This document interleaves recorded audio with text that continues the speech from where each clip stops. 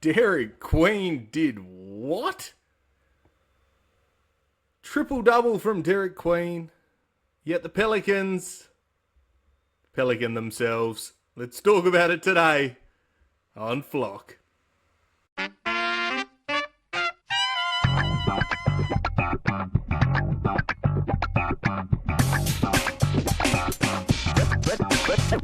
Ready?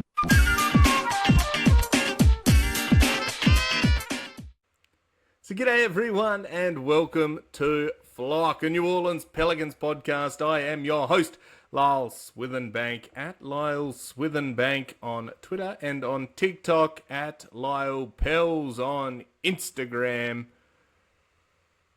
The Pelicans fall to the San Antonio Spurs 135 to 132, despite a valiant second half led by the rookie Derik Queen. First half, lordy lord, it looked like we were in a bit of trouble. The Spurs were doing everything that they wanted. Stephon Castle returned after being away for a little while with some injuries, and Herb Jones returned for us. So it was nice to start getting a little bit of injury reprieve.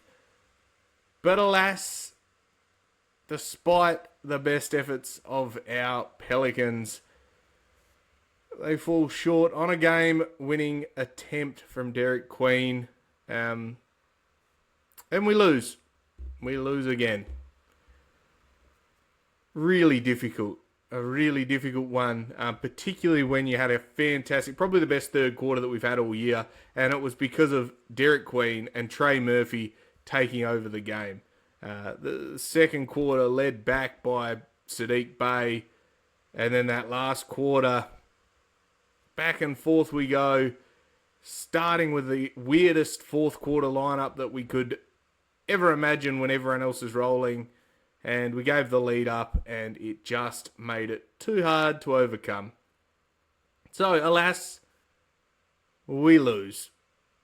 Now, it's not all bad. And this is not a podcast, or this episode at least, is not going to be one where I bash the team for dropping this game. You had every opportunity to win, but you dug yourselves out of a hole. You could have got flogged like the game that we didn't do a podcast on, and I'm not talking about today because I hated everything about the game over the weekend. But what we saw was a tale of two halves. A team that got punched in the mouth in the first quarter. The second quarter, it continued. We weren't making layups. We were turning the ball over. We weren't defending well. And we didn't defend well for most of the game. Enter Derik Queen. We come into the second half, and instead of being stagnant out of the locker room like we usually are, we see a bit of resilience, a bit of fight, a bit of gumption. You put your work boots on, you hopped in your truck, and you went to work.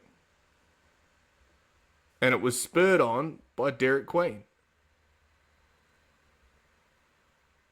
33 points, 10 rebounds, 10 assists, 4 blocks, 11 of 15. Missed 1 3, which was the game-winning one, and 11 of 13 free throws.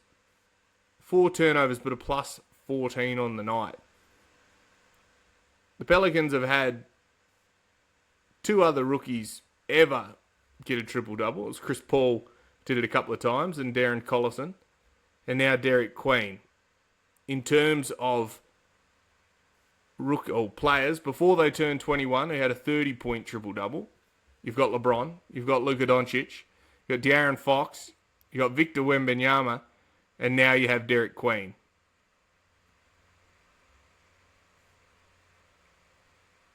It is very funny what happens when you put the ball in a player who gets it in his hands and allow him to cook. Phenomenal from Derik Queen tonight. I could not have asked for anything more. He missed the last shot. He had earned the right to take it. And whatever option he got was the right option. He missed the shot. such is life. Yes, could he have done different things? He's in his, 20th game. Or, probably 20th with meaningful minutes. Really, really proud of the guys tonight for their second half efforts. I think you could have let the rope go and it could have ended up in a blowout. Instead, you continue to battle. You fought right to the end, and unfortunately, we fell short. You're going to have games like this. What we did see was a whole heap of Derik Queen. And you can see that he is just scratching the surface. And I can't fault him for any of his efforts tonight. Despite only having 4 points in the first half, then goes and has 19 in the third quarter. I mean, about 6 minutes, I think it was. And then just continues to roll and ends up with 33. I mean, there's not many rookies that are doing that, to be fair, and not adding 10 rebounds, 10 assists, and 4 blocks. It's wild. It's very, very impressive. I think he's the only rookie they said ever to do that. To have the 4 blocks with that 30-point triple-double. It's incredible. But, unfortunately, we still dropped the game. Seems to be the tale of this season. It really does. So let's go and have a look at the quarter by quarter. Spurs 35-25. They got out of the gates quickly, led by guys who frankly wanted it more. They were turning us over. They were hitting shots, hitting threes from everywhere. They were getting in the paint. We looked a bit disjointed. We didn't really have a plan as to stop anyone, and so everyone beat us. Second quarter, 42-32. The Spurs continued to roll. We got down by about 20, and it looked like we were in a bit of strife.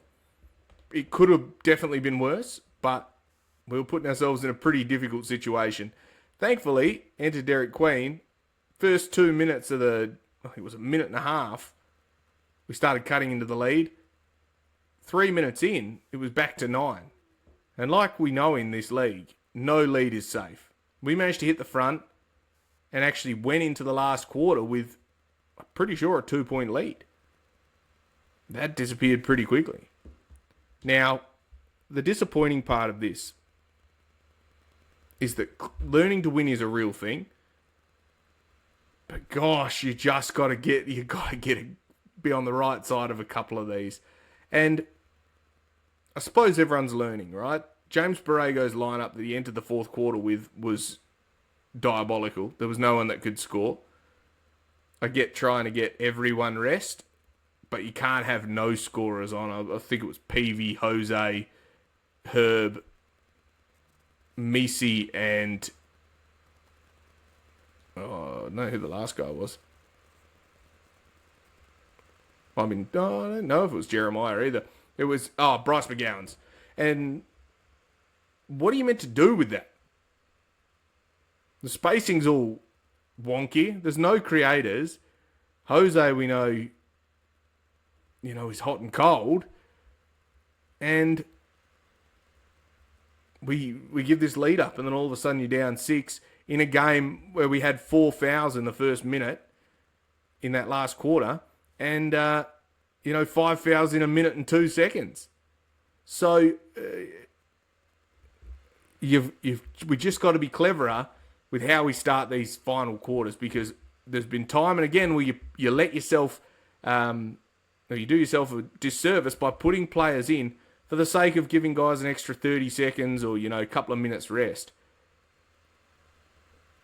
I think you're just going to have to be fit enough to play through and use your timeouts throughout and get to the free throw line to slow the game down. And that's what we did, but by then you were fighting uphill. So it was a tricky one, and there's lots of learns for everyone in this, no doubt. So San Antonio shot 49 of 99, 49.5%. We shot 58%, but we only had 88 shots of 51 of 88.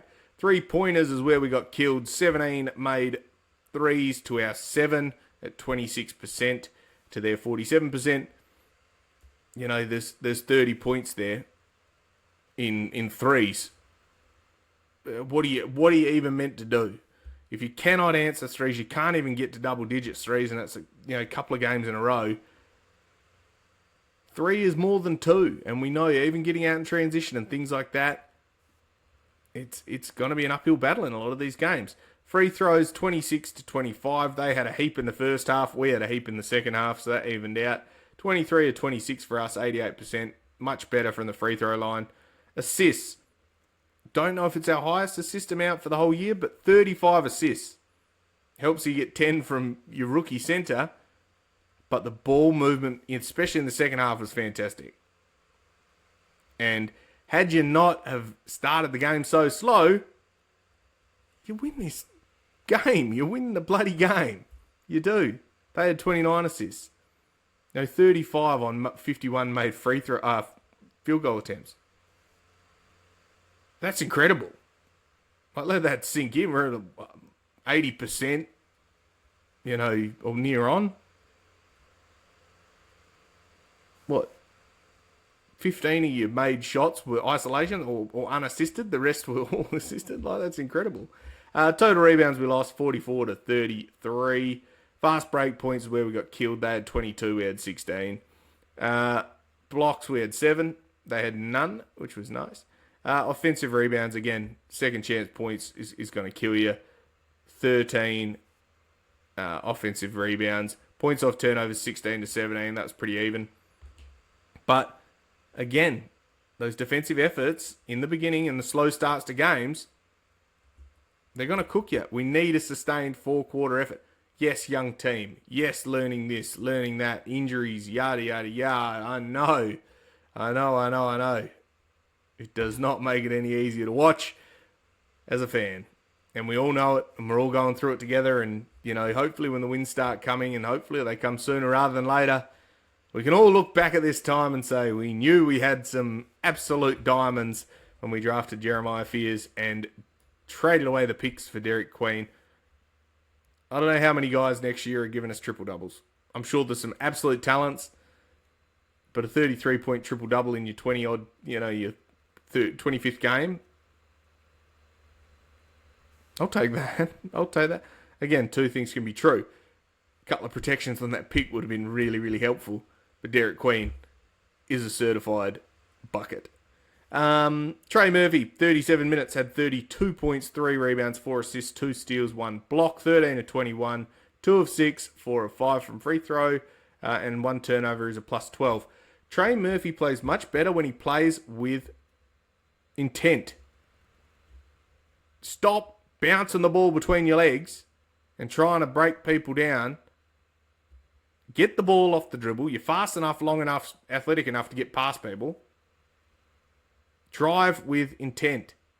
And use your little pull-up game. You're a bloody good shooter. Use it. I think Trey sometimes, he goes into Brandon Ingram mode, but he's not. He doesn't have the handle of Brandon Ingram. And he's longer than Brandon Ingram. It takes him longer to get up into his shot when he's coming down from the dribble. As soon as he started playing, attacking the rim, getting out in transition, hitting and playing inside out, attacking the basket, all came together for him. He looked much better in the second half.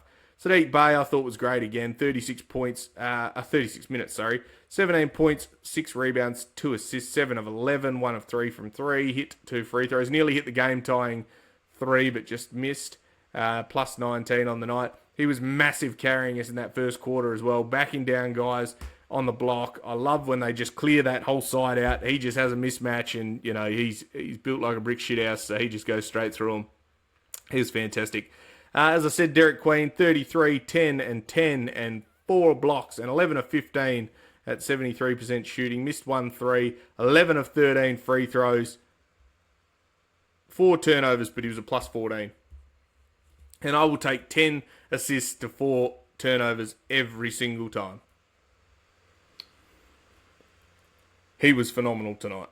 Herb Jones returned after felt like an age off with his calf. They take time. We've got enough Achilles injuries in our own team, let alone across the league, so we don't muck around with calf injuries. 17 points, 6 rebounds, 4 assists, 4 steals, 1 block, 6 of 10. Missed his 3 threes, but hit 5 free throws. no turnovers, plus 14.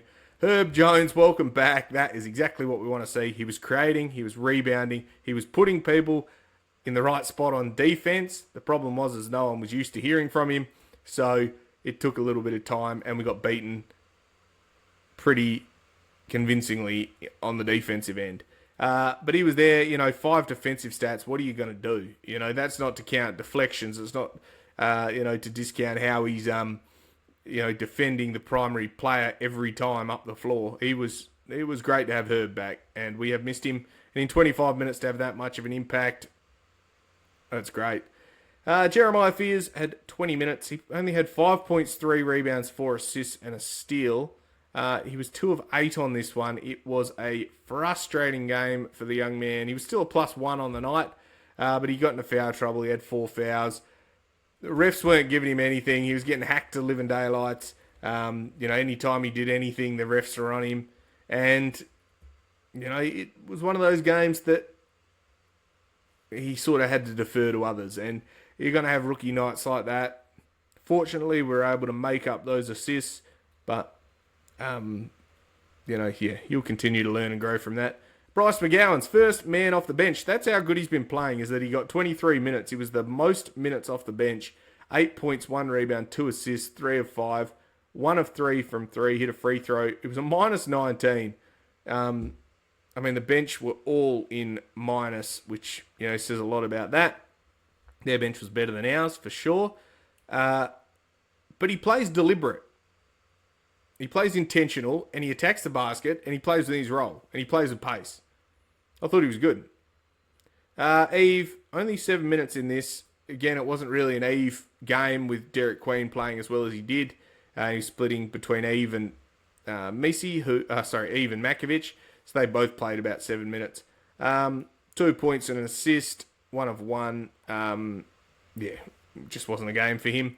Jose, 31 minutes. So McGowan's was second off the bench. Jose had 10 points, 3 rebounds, 6 assists, 1 steal, 1 block, 4 of 7, 2 of 5 from 3, -8, 1 turnover.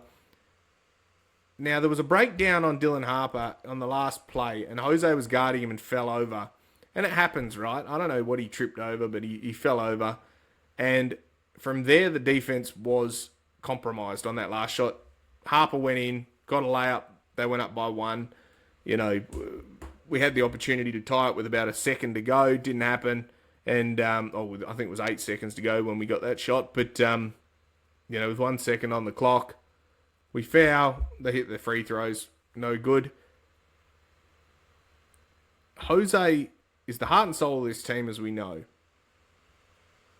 But there are circumstances. I don't know who you would have gone to otherwise. There wasn't, we're limited on ball handlers and point guards at this early stage of the season. It is a tricky one because I don't know who you would have put there, but Jose can be detrimental. In this year, he had 10, 3, and 6. The stats say that he was quite good. -8, not as bad as some of the guys.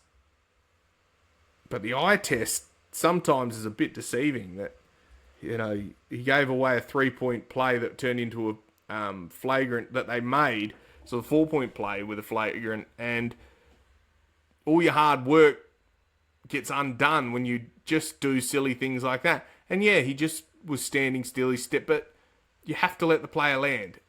You can't ball watch and then walk under the guy. You're going to get done every time. So just things like that I just wish he could tidy up, and he would just be good. He'd just be an excellent player. But it's not to say that it was just his fault that anything went wrong tonight, because there was a lack of effort across the board at times. PV, 13 minutes, 4 points and a rebound. Did good defensively. It was a -20. There you go. Hawkins, 3 minutes of cardio, -11. And Carlo, 4 and 2 rebounds. He was a -15. The bench was bad. Turnovers for the whole game. We only had 9, but they came at horrible times. They had 13. We turned them over when we needed to, but we were unfortunately just not that good. And alas, we lose. But that's okay. There's always the next game. Over at San Antonio, they had... Barnes was very good. He played a great game, 24 points. Castle on that return had 18 in 23 minutes, 5 and 5. Fox 14, 4 and 7. He is still such a good player. And having some other ball handlers around him has been quite nice that he doesn't have to do everything. Harper, 22 points off the bench, number 2 pick. He was the difference maker towards the end of the game. Was very good, 22, 3 and 6. 17 for Champagny, 12 for Keldon Johnson, 11 for Linnick. He chipped in with a few different guys. A fun game.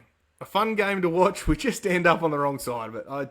I just wish we could have won this because the guys, particularly the way they played in that third quarter, and, have a historical night from Derik Queen and then not get the win.